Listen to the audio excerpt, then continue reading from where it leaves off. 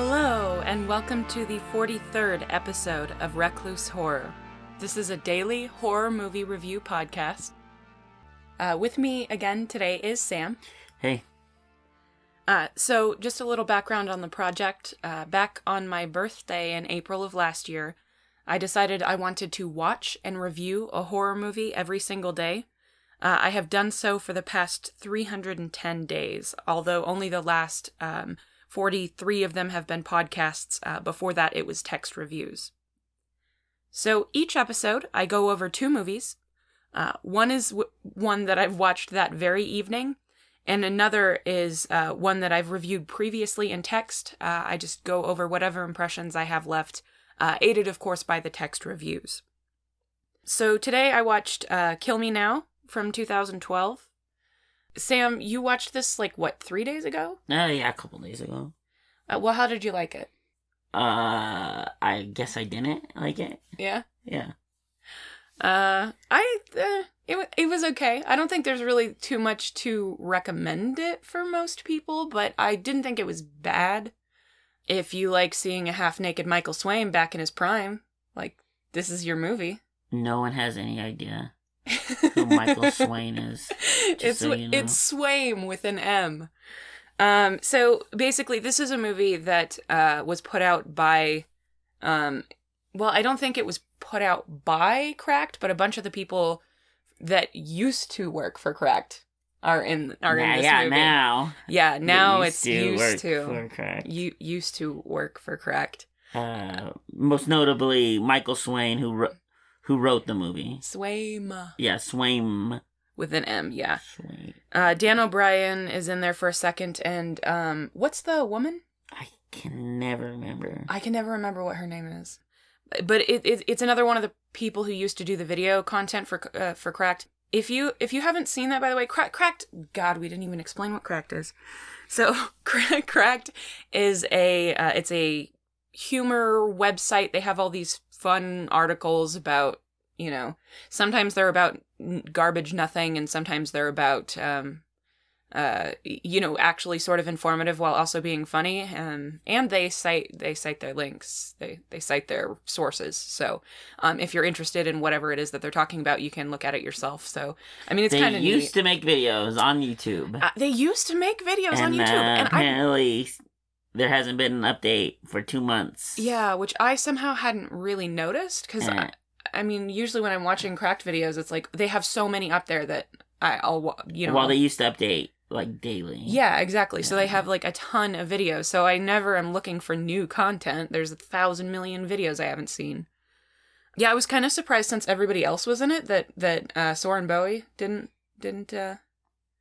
make an appearance.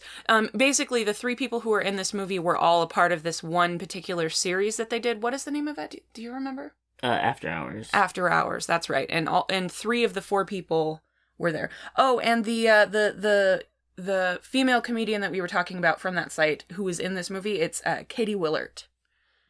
She does not have a picture on IMDb. So and was in that After Hours. Yeah, she was in After Hours as well. YouTube segment. YouTube series. Yeah. On Cracked, yeah. It was really good. They would discuss a bunch of nerd stuff, like what if something had something, and yeah, a lot of what ifs. Yeah, it was really fun. Yeah, I don't really know what the deal is with that. I just kind of found out about it when Michael Swaim's podcast was playing on my TV while I was asleep. He started talking about, or half asleep, and he started talking about it, and I'm like, so they got rid of that many people? But I didn't realize it was apparently the video people. They got rid of the whole video section. Yeah, I think they're just shutting that all down. I don't know. I have no insight into it other than I've seen. I'd like to go actually back and listen to that episode and try to figure out he doesn't go into great detail. It's very, which I get, But we're supposed to be talking about a movie. We are supposed to be talking about a movie and not the death of Cracked videos. I loved those videos, by the way. If you loved those videos, you should contact Cracked and tell them they fucked up, basically. I don't know.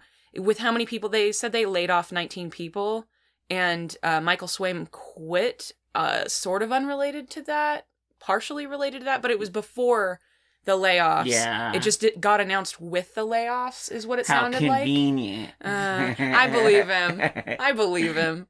But regardless, like, that's a lot of people to just tell they don't have a job. Yeah, it's kind of messed up. Yeah, I don't know the details, but yeah, it sounds like it'd be pretty fucked. Yeah, I mean, I don't think there's a good way to handle that, but... I also really like the YouTube videos. I mean, we would just sit there and watch this for hours. Yeah. There's some really good ones. There are some really good ones, yeah. Anyway, R.I.P. Cracked videos.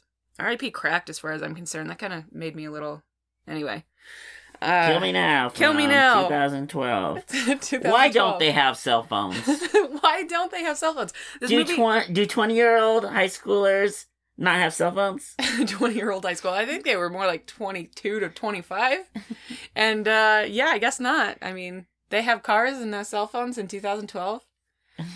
I mean, maybe it takes place in 2012, or maybe it takes maybe the timeline of the movie is further back. This took place. It easily could have not taken place in 2012. They're pretty vague about it, but there really should have been cell phones. They should have. I mean, unless they were gonna like address and say that it was the 90s or something. A lot of the music definitely felt 90s, but it just like pop punky early and 2000s. Early 2000s, yeah. Pop punky, and there was one song that I... Out of all the things that I was not a big fan of, I was the least big fan of the soundtrack on this one. Yeah, I would agree. So Kill Me Now is about, there's a party in a cabin, and what did you think about? Ends up going what did you think about the movie? Like I said, I don't think there's a ton to recommend it to a lot of other people. Like, I'm not like disappointed that I watched it, and it was neat to be able to see like mainly Michael Swaim, because he's the biggest of those cracked people, that at least of the ones that I know that was in that movie. And because I don't know, is that lead guy wasn't a cracked guy. No, not that I know of. Not that I know of either. But I like Michael Swaim quite a bit, and so it was neat to see him, and he did a really good job. Like, he was probably one of the better actors in the movie. I thought the lead was good too. But yeah, I don't know. I liked it, but I think the biggest appeal is like, hey, it's cracked. But not cracked. It's the people that we like from Cracked. So I think the best thing would probably be the jokes. Mm-hmm. There's a lot of jokes that work in the movie. Yeah, there are. And it's not written terrible. No, it's not. The writing is it's okay. But you have to understand, this has to be like a tiny like budget on this. Yeah. You know. Yeah. So you kind of have to take it a little bit with a grain of salt. Wait, go ahead. Well, all I was going to say is, like, for as small of a budget, do you have a number for this one? I can look it up. Okay. Sometimes they have them, sometimes they don't.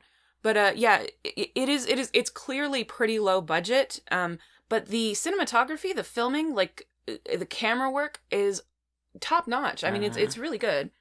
$90,000 budget. That's pretty good movie. Estimated $90,000. That's a pretty good movie for that.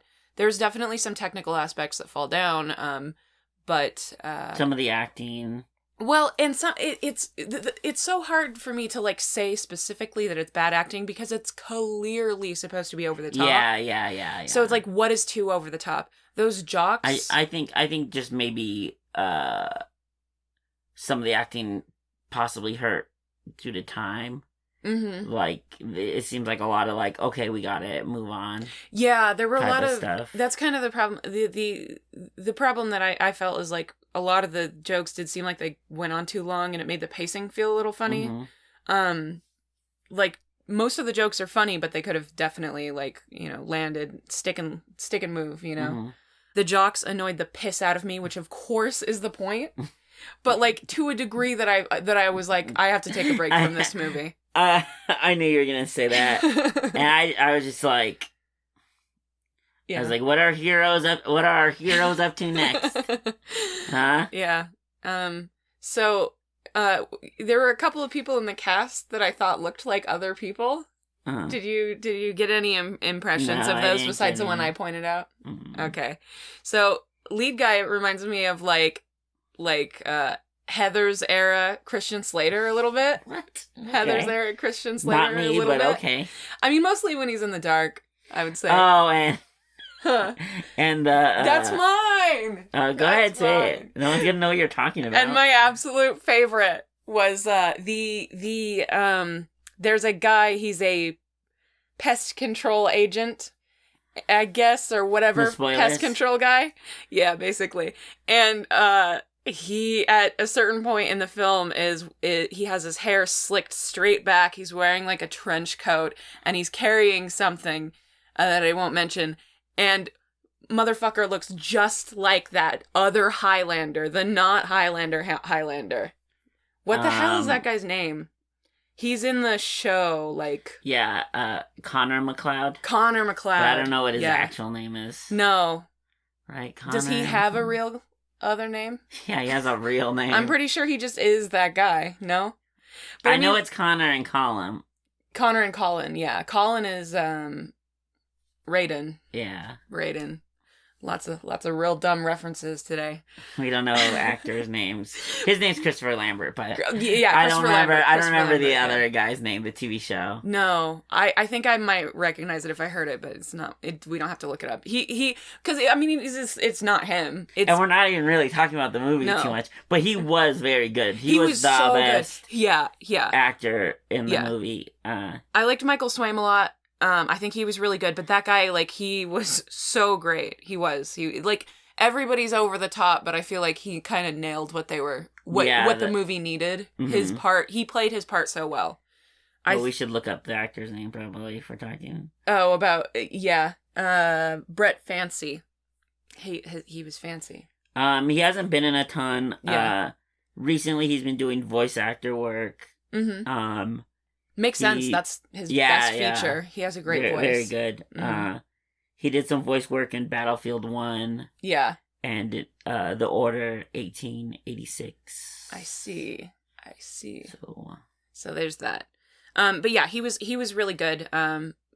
Both, I know he's moved to voice acting apparently, and some people just prefer that, but like, he was fine. His emoting was good. He was there, I thought, pretty much all around. Of course, it's supposed to be ridiculous. If you're judging this on a level, like, if this were just a horror movie, he would be completely over the top. But did we mention it was a horror comedy? Yeah, it's basically a horror comedy. We mentioned jokes 55 times. Yeah, I feel like you should probably... It's very heavy on the comedy. Yeah.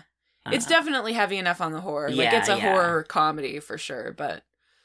But the comedy is very absurdist. It is. Comedy. Yeah, it is. Like, if you can't deal with that. Which got the most laughs out of me, but also made the movie seem weird. It did. I think probably the best part of this movie to me was, like, as soon as they started showing Brett Fancy in that outfit, all of a sudden all I could hear was Queen screaming in my head for the whole rest of the movie, and I was really into that. I love Queen. This movie would have been improved with a Queen soundtrack, and I understand they probably didn't have the budget for it, and it is what they wanted to do. Because, Sam, I'm pretty sure that you figured this out and that you're of the same opinion, but a Queen soundtrack could improve almost any movie. Almost any movie. But that's... Maybe not Neon Demon. That's not unknown. No. That's not an unknown fact. Yeah, no, it's not. Sam is a big Queen fan. Yes. Big Queen fan. So yeah, no, but honestly, I think the best part was Brett Fancy. I think he did a really, really great job. The camera work, very, very good. The blood, terrible. Did you notice that? Yeah. It's like, I mean, it looked like paint. Like, what were they doing? Like, the effects in general were pretty bad. There's another one. There's a couple of other bodily fluids that make their way into the movie and do not look in any way realistic, which honestly in some cases is probably better. But, like, I don't know. I also, the movie tipped its hand a little bit in one of the things that's supposed to be sort of unexpected. I feel like they telegraphed it a little too hard, and it was pretty clear. But it's not bad. The script, the way the script goes, it's a very the movie does exactly what it's supposed to do. It just doesn't do anything more. I feel like if you're really into absurdist, like ridiculous, over the top humor, like I think this really is your movie. If you like Cracked, definitely check it out. If you're interested in seeing, like I said, a half naked Michael Swaim back in 2012 in his prime, like running around and doing stuff, then yeah, I would say so. Oh, just to be clear, the effects are bad, but you know, it's a horror comedy and it's not really trying to be. It's very low budget too. So. Yeah, it's just I just thought it was weird. I felt like they could have, like, the only thing I can think of is maybe they were using paint because they were trying to get it to like, and I don't know that it was paint. It just looked a lot like paint, neon red paint. It was like maybe they didn't want to have to deal with continuity for the like blood, so they just painted it on and then it's gonna stay there. Like, I don't know, that seems a little strange. I just feel like making blood is not a really, I mean, I can make blood in my house for $2 and make like a gallon of blood. Right.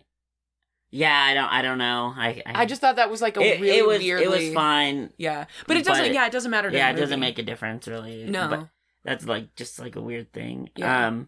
Also, Beck Bennett? They're in this movie. Mm-hmm. I think they're the main, like, jock or whatever. Okay. Mm-hmm. They've been in a lot of stuff. Mm-hmm. Nothing, like, that I know them in, but I've seen stuff that they were in. Like, they were in an episode of Ghosted. Oh, really? Yeah, you know how much we talk about Ghosted on the podcast. Yeah. Master of None. They were in one episode. Just stuff like that. Mm-hmm. But also they're on Saturday Night Live, and if I'm remembering correctly, just recently, Natalie Portman talked into their butt on a skit. Oh God. So there's that. That's a thing. Mm-hmm. I think he's pretty funny and stuff that I've seen. Mm-hmm. I've seen him on SNL. Mm-hmm. But something about him, and even in the movie, is like reminiscent of like the Mad TV television show. Something about his comedic timing and acting. Oh no! And I don't think that dissipated within this movie. No, I felt like he was a Mad TV character in the movie. Oh boy. Yeah. So that's, you know, whether you think that's good or bad, it's just something I felt. Yeah. I felt like the script was a little bit indulgent on some of those like absurdist elements. Like they like you said, you know, they go on just too long. There's also too many. I feel like too many scenes. No, you said that. Maybe I did. I don't mind if they go on too long. That's not the part that bugs me. That bugs me. Actually, nothing about the movie bugs me. No. It's just a smaller quality movie. Yeah. Uh-huh. And and you can you know, it shows like what are you gonna do? I kind of feel like there are too many scenes where the jocks are just being bros. I get that that's a real ass thing, and like I'm sure people find it funny if they don't find it as intolerable as I do. Mm-hmm. I just have never put myself around those people, so I've never had to deal with them, bros or jocks or any of that stuff. Or jock bros, huh? Or jock bros. Interesting. Yeah, none of them. And So I'm sure it's probably not as tedious to some people, but there were a lot of scenes of them just playing that up. There were a lot of them. And I think that it contributed to some of the feeling of the pace. I think most of the pacing was good, but when that stuff went on, it made it drag. Anytime they would go on with the jock stuff, basically, it would feel like it was dragging to me. Not that parts of it weren't funny. Parts of it were definitely funny, but... What do you think? What was your favorite part about the movie? It was definitely the writing of the jokes. Maybe not even not even necessarily the writing of the structure of the film, and not that was bad. It was just like a little weird with certain things. But yeah, there was like a decent amount of laughs within any given scene. Yeah, and that's like the main appeal, right? I think. Yeah. Okay. Yeah. Did you think it was weird that they got like 20 people drunk on one keg of beer? They never had a keg before. These 20-year-olds, they can't hold their the lightweights. Lightweights. They're not. They haven't been in high school for a decade for no reason. All right. I mean, I get it. I mean, unless they implied that they changed the keg at some point, because there is a slight indication that may have happened, but I don't think that they actually did. I'm sure they just implied really they were matter. Drinking. Yeah, but you never see them drinking like liquor or anything, though. Don't worry about it. I don't know. I don't care. Yeah, I know. It doesn't. It really doesn't matter. It really actually doesn't matter. But like, I don't know. It just seemed like that keg went on forever. That's all. I didn't know they had forever kegs. I would have bought one of those already. Yeah. What did you think about the like romantic subplot? I understand why it was there, and I liked the idea, you know? Yeah. I just don't know how well it played. There didn't seem like there was much connection in it. Does that make sense to you? I didn't connect to the female love interest at all. Yeah. Because they don't go out of their way really to... There's a couple of lines or something where she's explaining, there's like a love triangle situation going on, and she's explaining why she's with the person that she's with, which just seems like out of character for what they're trying to show her being. Yeah. And I just don't, she's just kind of like, eh.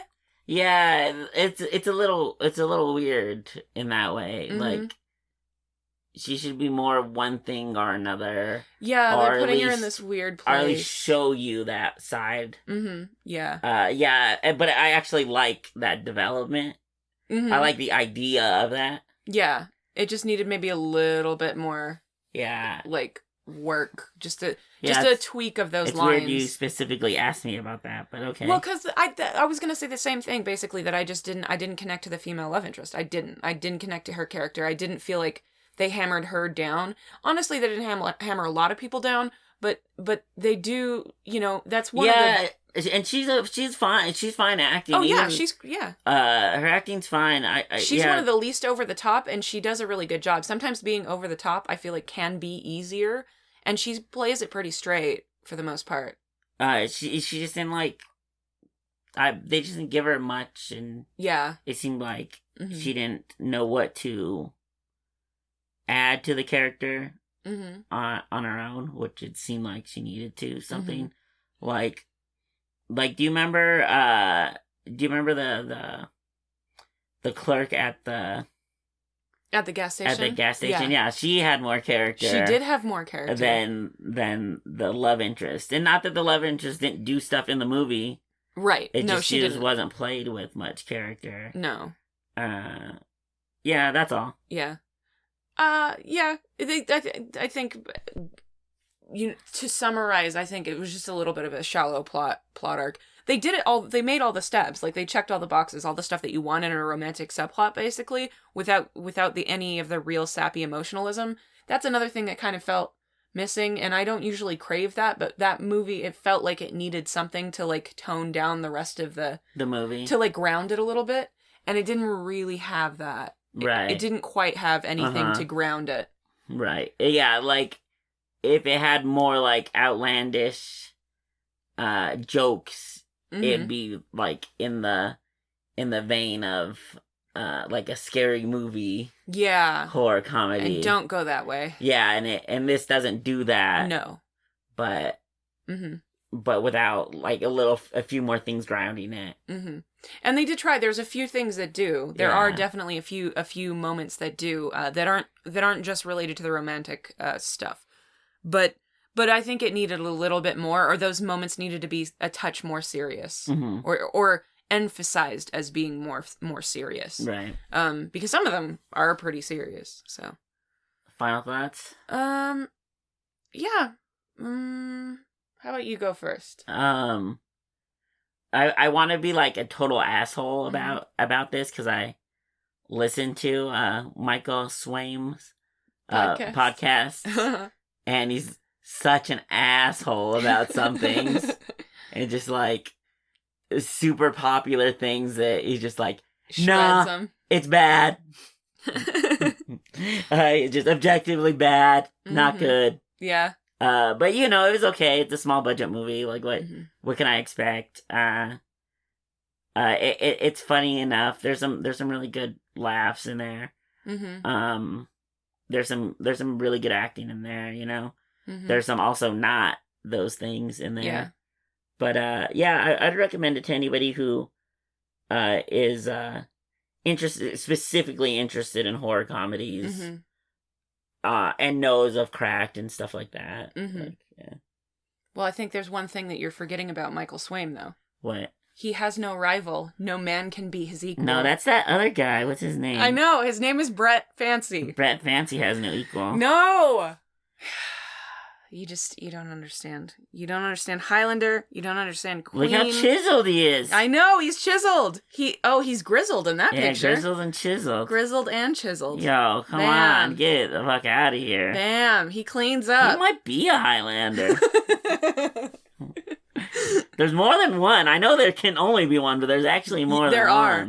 Yeah, I made that joke. You're stealing my jokes from off air. Why are you stealing my jokes from off air? I have no jokes. This has never happened. I come up with all the jokes.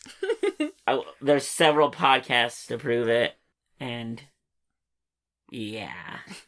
I guess my final thoughts on it are, again, I honestly think that this script is very, it checks most of the boxes that you want with it. There's some issues with the feel of the movie. And there's some issues with the pace of the movie, but like the script itself, I bet if you read on paper, like would be exactly what it wants to be. The scenes are, if they weren't so obnoxious, probably about the exact length that they should be. I don't know, just it's a very cleanly written movie, but it also just doesn't give you anything. Unless you're interested in, like, Sam said, horror comedy, Cracked, Michael Swaim naked, like the Highlander, like those are the things that you can like in this movie. But beyond those, I don't feel like there's anything in particular that they give you to be like, you should watch this movie because you like this.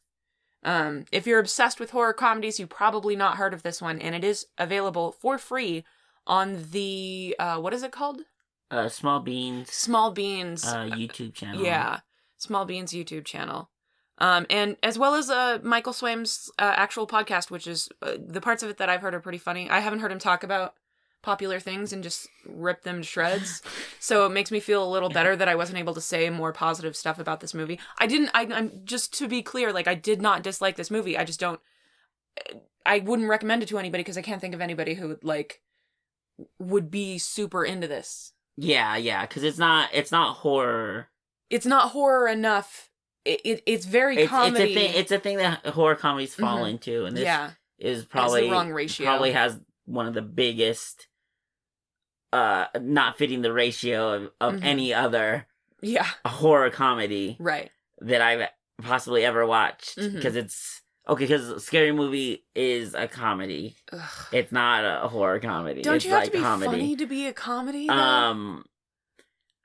Tucker and Dale is a horror comedy. It's like the perfect mixture of horror comedy. It's the greatest. Cabin in the Woods is a horror movie with comedy in it. Elements. I am agreeing with all of these. This is probably a horror comedy, but just not the level of I would say it was a comedy horror, but it's a comedy horror, but not in the same way that Scary Movie is. No, because that's just comedy. Yeah, it's just a comedy. But it's not funny, ridiculous, lowbrow garbage. It's garbage. It just has the wrong ratio. And I have like, this is my little hand. Oh god. Chris Elliott. And now we're talking about Scary Movie again. Chris Elliott. Tomorrow we're watching marathoning all the Scary Movies. I would rather die. Both. I don't know. I did enjoy this movie. If you're interested in any of those things that we've mentioned 7 times, like, definitely go ahead and check this out. It's available, like I said, for free from the Small Beans podcast page. And really, regardless of any of that, if you liked any of the people on those Cracked videos, please find whatever it is that they're doing now and reach out and support them. Whatever it is that they're doing, they're going to need that. They're all performers, they're all comedians, they're all writers, and they're all fucking unemployed. I can't say how sort of pissed off all of that, you know. Regardless of the circumstances, like I said, they could have done it the very best way. I have no idea. There's no best way to just completely cut out an entire section of your company, and especially a section of your company that are entertainers. That's something, small entertainers that don't have necessarily a next place to go to. And so it's a little bit heartbreaking to me personally, that entire idea. So please, if you do enjoy comedy, if you enjoy nerd shit, if you enjoy whatever, go ahead and check out a couple of those Cracked videos or something. Don't give them a ton of views or anything, all 2 of you that are on here, but that are listening to this podcast. Don't give them a ton of views, but go check them out, and if you think they're funny, go try to figure out what they're doing now. Now you're being funny thinking people listen to this. Yeah. I corrected myself. Ton of views. Yeah, the ton of views that my fans can provide for these people. But yeah, anyway. So that's our review of Kill Me Now from 2012. Yeah, I mean, if you want a free movie, like, as far as, again, I've been doing a lot of these free movies that are on YouTube, like full feature-length movies on YouTube, and this is the best one of the ones that I've watched, but it also has, like, 9 times the budget of the higher numbered budget, 18 times the budget of the lower one. So, that is Kill Me Now, 2012, final answer. So the other movie that we decided to talk about today is The Stuff from 1985. Sam, how did you like The Stuff from 1985? I love The Stuff. It's my from 1985. It's my favorite stuff. The Stuff, my favorite stuff. If I could eat nothing but the stuff, that's what I would eat. So, this was written and directed by Larry Cohen. Larry Cohen, if you don't know who he is the writer of all 3 of the Maniac Cop movies. Hell yeah. Which we actually haven't reviewed yet. Well, I mean, we reviewed them. I reviewed them. I keep saying we. I have a habit of saying we when you're not involved. Write. I'm not a nerd. You should listen to the episodes that I do by myself and see how many times I say we when you're not in an episode. It's a number. It's probably a 2-digit number. But anyway, so... Nerd. Yeah, the Maniac Cop movies, which we haven't yet done, on this show. He's the same guy as that. They were also all directed by the director of the original Maniac movie, which is one that I've been trying to watch forever. I just can't seem to find a copy of it. Elijah Wood stars in the remake, which is excellent, and I can't review it because I watched it before I did this, but it's really, really good. So anyway, that's just sort of a non sequitur, but anyway, The Stuff. So it's a horror comedy about a tasty new low-calorie dessert that takes the market by storm. Like some of you older folks might remember from the frozen yogurt craze and scandal and lawsuit that followed, there's really no such thing as a tasty low-calorie dessert. But where Pinkberry probably just made a load of people put on a few pounds thinking they were treating themselves to a healthy snack, the effects of the stuff seem to be a little more dire. What's in the stuff, Samuel? We may never know. Oh, I have a theory. But do you have a theory? Spoilers. Spoiler theory. Spoilers. I think it's semen?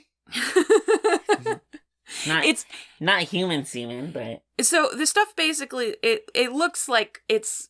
It looks like fluff, like marshmallow fluff? Yeah, like marshmallow. I mean, it looks a little bit different depending on the scene. Yeah, but thicker and smoother. It's almost like partially melted frozen yogurt if you mixed it up. And I heard about the effects. They use different... a bunch of different stuff to get the sometimes effects. It's like just white paint, I think. Yeah, so it always kind of has a little bit of a different texture looking. But that's why he says it's... semen. That's why I said it was semen, yes. Yeah. Why it was boy batter. It's white. That's why. How funny. So funny. Yeah. And they never actually do really say in the movie. No, I know. You definitely find out a couple of, like, attributes of it and a part of its origin, but really that's about it. And it's completely unnecessary to me to enjoy the film, but it again feels like one of those moments where, like, if you had answered that question interestingly in your script, then it would have made the movie more interesting. I think probably it would be hard to find a satisfactory answer to that question. It felt like they were going to try to make a sequel. It kind of did. So they didn't go into it because that might be the subject matter of the sequel. I don't know how well it did or whatever, but I think this has I don't know. I don't think people like it nearly as much as I do. Mm-hmm. I actually like this movie like a ton. It's fun. It's really good. I was surprised how much I liked it. Like I really liked Maniac Cop. All three of them. Totally different types of movie. Very different, but yeah, just the era of this movie, like it's very like B-esque, but it's put together so well, and it's just a fun story. No, I don't know. Yeah, so I guess maybe it just didn't get that sequel that it felt like they were trying to get. Yeah, it must not have been too popular, but I really liked it, and I thought they did a really decent job of a lot of the, like, little details. Again, not necessarily about the origin of this stuff, but other elements, usually physical or visual elements, they were so impeccable with. But anyway, do you remember anything about the beginning of the movie? A little bit. Do you remember that it just, like, starts? Yeah, it starts, yeah. Yeah. It began so abruptly when I saw this that I thought I had somehow missed something, but that's really just how it begins. It, like, just cuts right in, and you're into the movie. It's sort of a weird choice, but the place where they start the movie really lets them get into the heart of the story pretty quickly, so, I mean, it does work on that level. I still feel like you could have let me get my socks off, is all. I didn't mind. Just minutes into the film, you start to see how completely the stuff has taken the country by storm, with the stuff in grocery stores, the stuff freestanding shops, the stuff carts, the stuff commercials on TV, and sitting in the fridge of nearly every home in the country, it seems. Everyone just seems nuts over it. It looks a bit like marshmallow spread, like we said.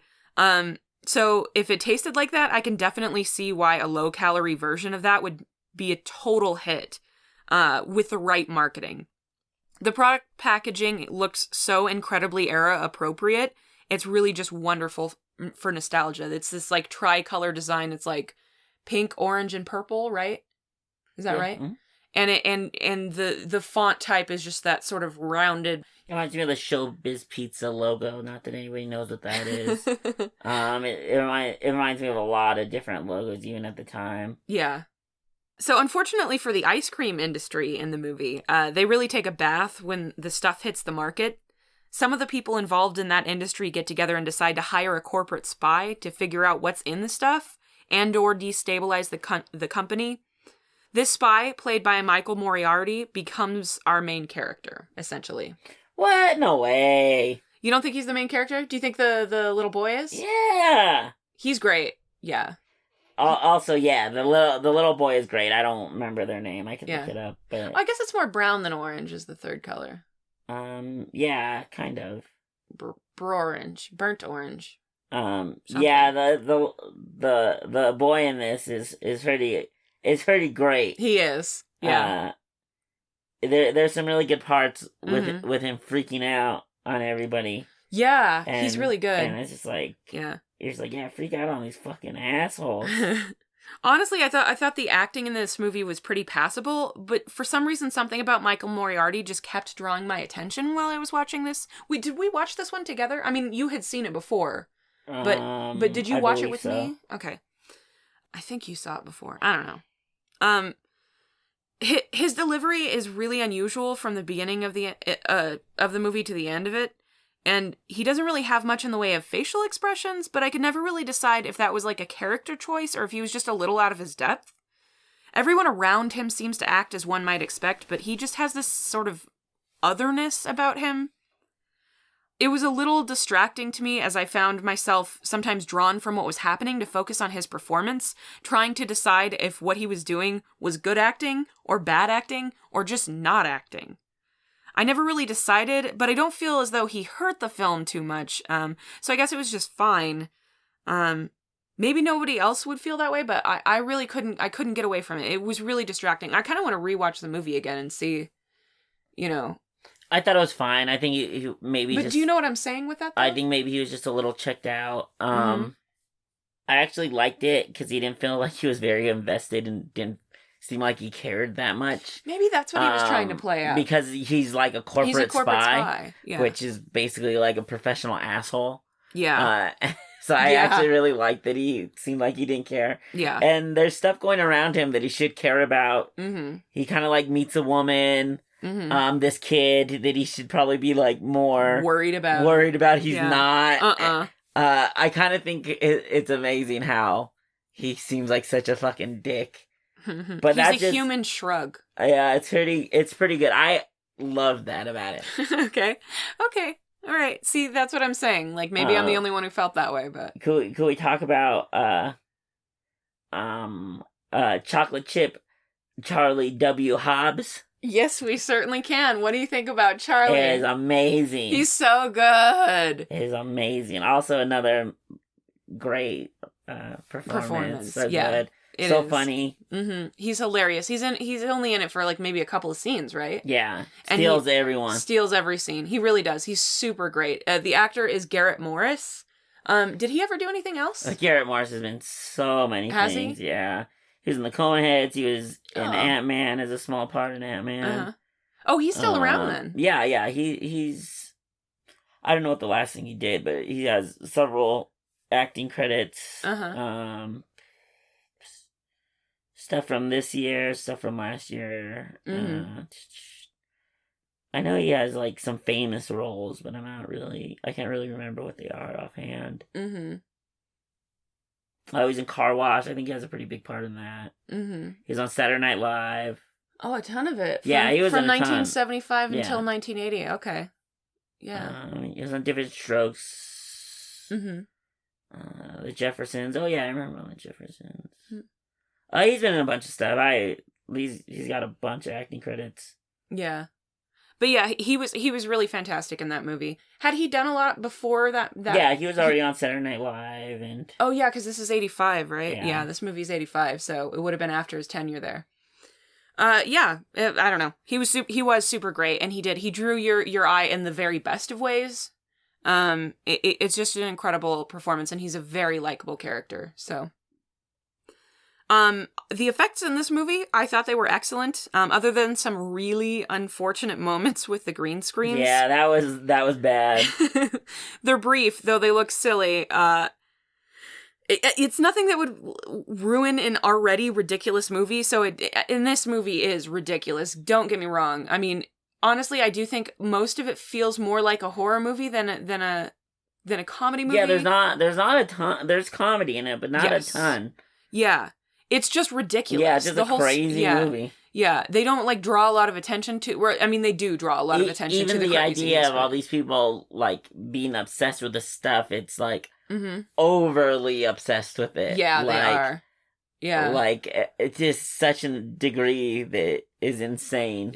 That could never happen. Which is also awesome. The FDA would ban the product momentarily to make sure it wasn't like addictive or something. If it was this level, it wouldn't happen. They would put the kibosh on it real quick just to make sure everything was safe.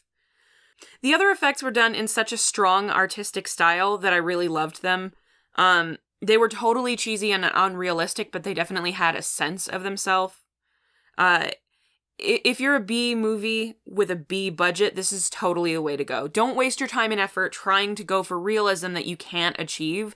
Embrace what you have and make it your own. And that's exactly what they did. I totally loved it. The pacing of the movie is pretty even, apart from a few minor bumps, really. The dialogue and writing of the movie is pretty good, with plenty of laughs and a few genuinely exciting scenes, actually. Usually with that kid, he's so good. He brings you with him a lot. Yeah, he's super good. I said that right. Yeah. There are likable characters doing bad things and unlikable characters doing noble things, which is pretty interesting depth of character for an 80s B movie to me. There are a few sections where it seemed like they totally dropped a plot thread or something that might have sort of been implied that a few scenes later is implicitly true in a way that seems jarring. But these are mainly minor things, and by the end, they're either sorted out or you don't really care. It's oddly compelling for the type of movie it is, I felt like. And even though you don't really find out all of the intriguing details you might have liked, the ending is, apart from that, everything you might want out of this sort of film. To me personally. What did you think about the characters? The character, like, how they wrote the characters, not the acting. It's hard to say. I think a lot of the acting is kind of built into the characters. Mm-hmm. Like, it's hard to separate the two things. In this particular case, I actually understand what you mean with that. Usually I don't have trouble with that. But the character motivation and the characters following through is good. It makes sense. Mm-hmm. You understand what's happening. Mm-hmm. You know, like, there's never a point in the story where you're like, why are they doing this? It's very clear what's happening. It's very clear everybody's motivation to move forward and do what they're doing. Right. But yeah, other than that, it's actually very hard for me to just decide a character. Right. Away from there. I think that's one of the things I enjoy. One of the many things I enjoyed about this is the acting is very unique. Yeah. In an interesting way. Sure. Like, I couldn't tell you why it's like that. I could point out specifics of what happened. What happened and what the actors are doing that makes it unique. Mm-hmm. But why they're doing that and why they're acting choice in this way, I don't know. So, when it boils down to it, the stuff is really entertaining, if you don't mind the campiness, and I really eat that stuff up. Sadly, while the movie was praised by critics, this is just for my review, it never quite found its audience in its time, and as soon as I looked down at this, like, I remembered this part. So the day the reviews were written up in the papers, a hurricane hit New York and wiped out all of the papers. So no one there really ever saw the reviews. Yeah. Larry Cohen also thought that perhaps the marketing, making it appear to be more of a straight horror film instead of a comedy, had something to do with the poor sales. And I think that that's probably right. I think playing up the humor, or at least touching on the humor a little bit more, would have been like, it would have let people know, like, no, but this is ridiculous. It's a horror movie about a food. Yeah. Like, what's happening? It's not the sort of movie that you can or should take seriously. It doesn't require you to do so to enjoy it. If you're interested in seeing the stuff, it's on VHS and DVD. There's a lot of, I don't know. There's a lot, to me, there's a lot of appeal to this movie. Aesthetically, it's very pleasing. It's really neat to see. There's some amazing lighting. Mm-hmm. Yeah. There's some ridiculous, cheesy sound effects that I find really fun. Yeah, the lighting is really good, in a lot of places. Like I said, there's those couple of, like, really stupid effects, but, like, the green screen stuff, but everything else is practical. Mm-hmm. Yeah. And it looks really good, and it's very nice to see, like, somebody, manually worked, to have those things be accomplished. And I was really surprised by those sort of tense, like, suspenseful scenes that they were able to pull that off in this, just based on how the movie had been going to that point, and, like, the subject matter and all that stuff. You wouldn't necessarily expect that out of this movie, and there were a few scenes where I, like, was legitimately, like, I perked up and was like, oh my gosh, how are they going to do this? So yeah, I don't know. Yeah, just generally positive. Is there anybody particularly that you would suggest this to? Honestly, I'd probably suggest it to anybody. Mm-hmm. 'Cause to me, this is like almost like the perfect B movie. Mm-hmm. I would say so. It's not what you would like. It's not like a classically done film. Perfectly put together, but it's just such a good B movie. So perfect for that. Yeah. And what I meant by I'd recommend it is I don't care. You don't care. I was like, this movie's too good. Watch this movie. Do you think I would like it? And I don't care if you would like it. Just watch it. Yeah. Sure, you would. I don't care. If I recommend the stuff and you didn't like the stuff, then just don't ever talk to me again. It's fine. It's better. Whew. It's better that way. Dodged a bullet like in this movie, I guess. I have to do my podcast by myself, and that's terrible. we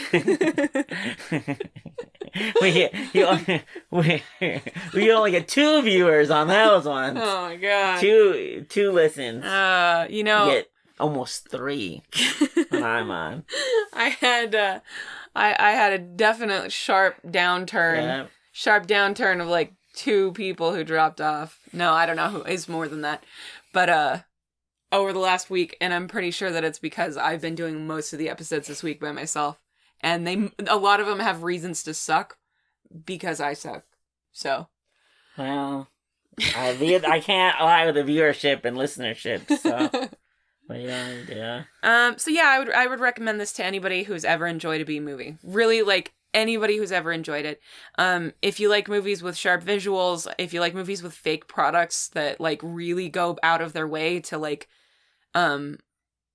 put you into the context of the reality and of their world, and they do so well and so quickly in the movie. And yeah, it's totally absurd. It's over the top. It's ridiculous. I personally thought the what's his name, Michael Moriarty was a little bit weird, but like as the movie, it doesn't matter. There's so much else going on here in this movie that it doesn't really matter if the lead is a little funky. And I still liked it. Yeah, and again, I might be in the minority on that one. Yeah. So, was there anything else you wanted to say? No, but watching movies like the stuff that I've been wanting to watch for years is why I'm on the podcast. Because I kind of just watched it because. Of the podcast. Because the podcast. It's like an extra thing to watch. Right. And do. Yeah. But specifically, movies like the stuff is what keeps me wanting to do it. Right. Because you just find stuff that's so fun and that you didn't realize. Yeah. Maybe never watched in your life. Right. Would have just like. Faded out. Yeah, just been like, maybe another day I'll watch it, but. Yeah. That's all. Now, I'm going to ask this, and unfortunately my answer is rather boring, but what do you think this stuff tastes like? Vanilla pudding foam. Vanilla pudding foam? Yeah, okay. Vanilla pudding foam. Okay, I could kind of see that. My boring-ass answer is just that I think it tastes like marshmallow fluff, and I want it. That's all. Deconstructed caramel apple mushroom spheres. Why spheres? I don't know. It's a liquid. Well, it's a semi-viscous. It's a fluff. It's deconstructed spheres. It's like a colloid. I think that's what that state is called. Oh, you never tasted 0G parsnips? Nah. They say you can't even understand root vegetables if you haven't had 0G vegetables. I understand. I assume that's why the stuff's so good. Yeah. 0Gs. Alright, let's kill this. Kill it. So that is our review of The Stuff from 1985. Go find it. And that's our show. So if you enjoyed this show, please rate, review, subscribe, comment, whatever it is on whatever site you found us.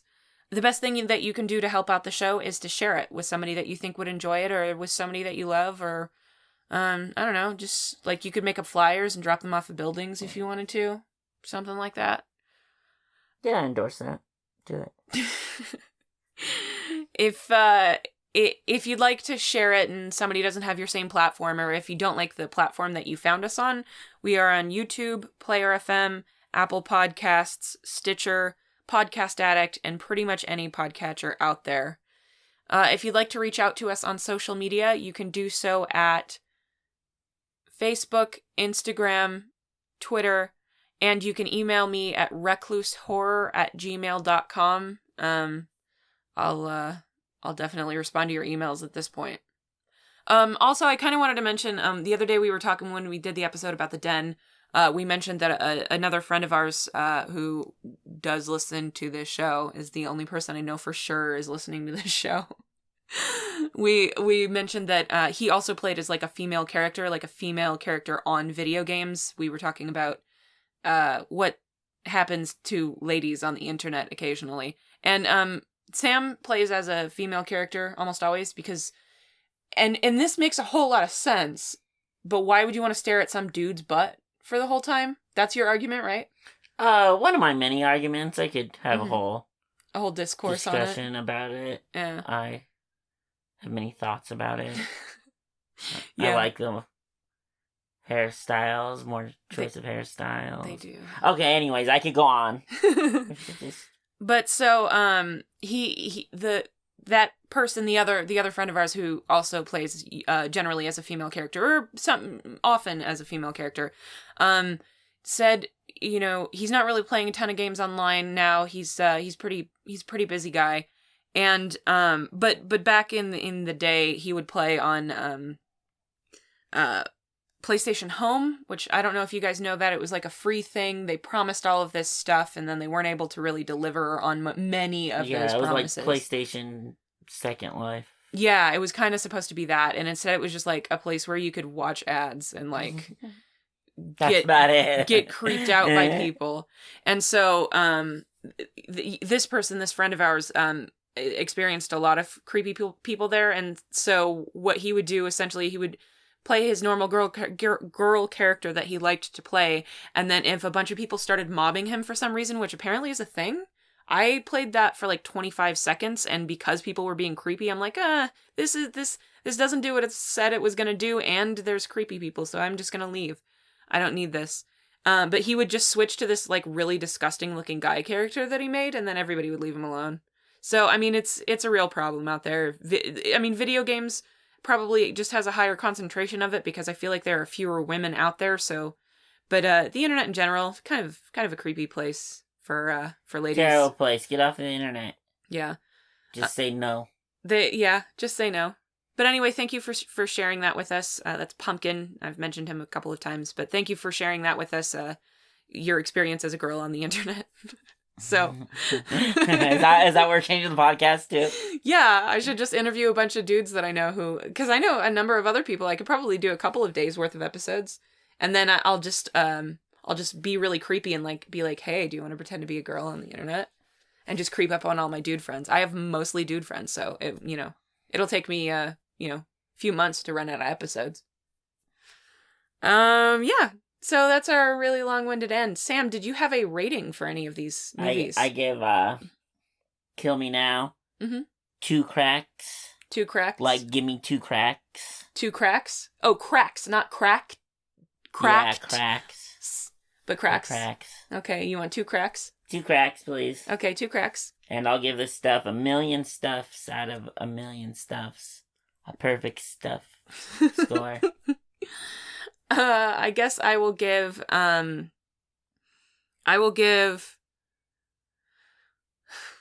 think I'm gonna do a combined score on Kill Me Now. I'm gonna give it 7.5 naked Michael Swaims, and I'm gonna give it about 13 really, really short shirts.